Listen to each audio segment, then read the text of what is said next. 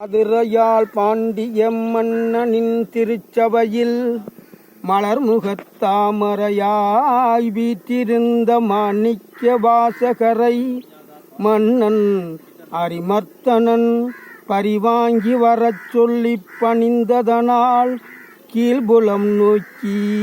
வரும் வழியில் தர்மத்தின் தலைநகர் அறந்தாங்கிக் கரியில் வெள்ளம் பொங்கி வரும்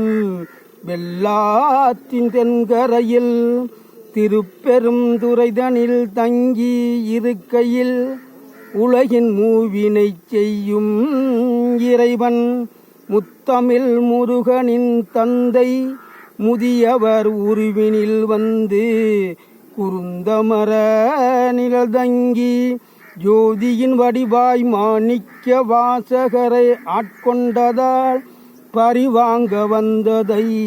மனதார மறந்து அகிலாலும் இறைவனுக்கு ஆத்மநாதனுக்கு அழிவிலா கல் கொண்டு திருப்பெருந்துறைதனில் திருத்தலம் அமைத்தாரே மாணிக்க வாசகரும்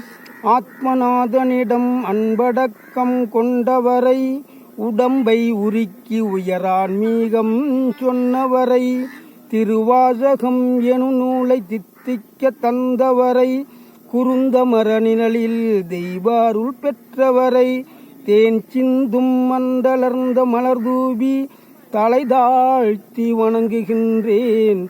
ஆத்மநாதனிடம் அன்படக்கம் கொண்டவரை மாணிக்க வாசகரை பற்றி வள்ளலார் பாடுகிறார்.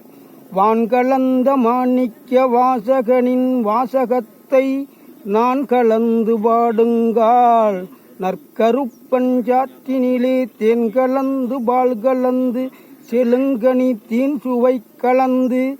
ஊன் கலந்து உயிர் கலந்து ஒட்டாமல் இனிப்பதுவே